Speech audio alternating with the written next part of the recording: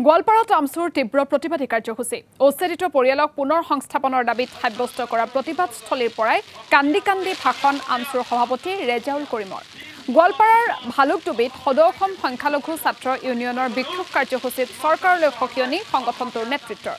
অমানৱীয় উচ্ছেদ বন্ধ কৰাৰ দাবী উত্থাপন কৰি অহা আগষ্ট মাহৰ ভিতৰত উচ্ছেদিতৰ সংস্থাপন নিদিলে আমচুৱে লক্ষাধিক লোকক সমাগম কৰোৱাৰ সংকাৰ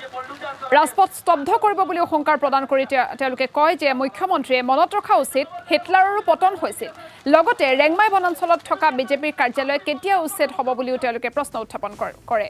আদানীক মাটি দি আছে আৰু আদানী কেতিয়াৰ পৰা অসমীয়া হল বুলিও প্ৰশ্ন উত্থাপন ৰেজাউল কৰিমৰ ये बुलडोजर चला के लाखों मुसलमान को बेघर कर दिया इसको चीफ मिनिस्टर बना दो ये जो खबर करे मुख्यमंत्री ने मुझे बाती दिया सर ये तो दिया सर अपनी 50 বছর মুখ্যমন্ত্রী হই থাকো আমার আপত্তি নাই কিন্তু এখন পানির কি কথা আছে আমি এটা আমি মৃত ব্যক্তি জিয়াই থাকিবৰ কাৰণে সংগ্ৰাম কৰি আছো আমাক হত্যা কৰা হৈছে আমি জীবন্ত হত্যা হৈছো এইখন চৰকাৰৰ পৰা সংখ্যালঘুসকলে জীবন্ত হত্যা কৰা হৈছে জীবন্ত হত্যা কৰা হৈছে দুজনক ইয়াত গুলিয়াই হত্যা কৰিলে ডিএফৰ বিৰুদ্ধে ব্যৱস্থা নহলে গোৱালপাৰা ডিসি এসপিৰ বিৰুদ্ধে ব্যৱস্থা নহলে ব্যৱস্থাটো এদিন হ'বই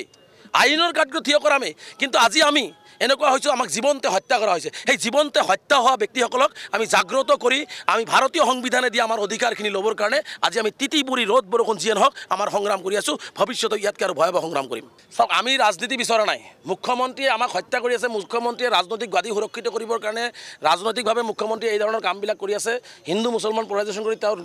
তেওঁৰ স্থিতি মানে হিন্দুত্ববাদী দেখুৱাবৰ কাৰণে কৰি আছে তেনে মুহূৰ্তত মই ভাবোঁ যে মুখ্যমন্ত্ৰীয়ে যিহেতু ৰাজনীতি কৰি আছে বাকীসকলে ৰাজনীতি কৰিব নালাগে বাকীসকলে মানৱীয় দৃষ্টিৰে ওলাই আহিব লাগে ইয়াত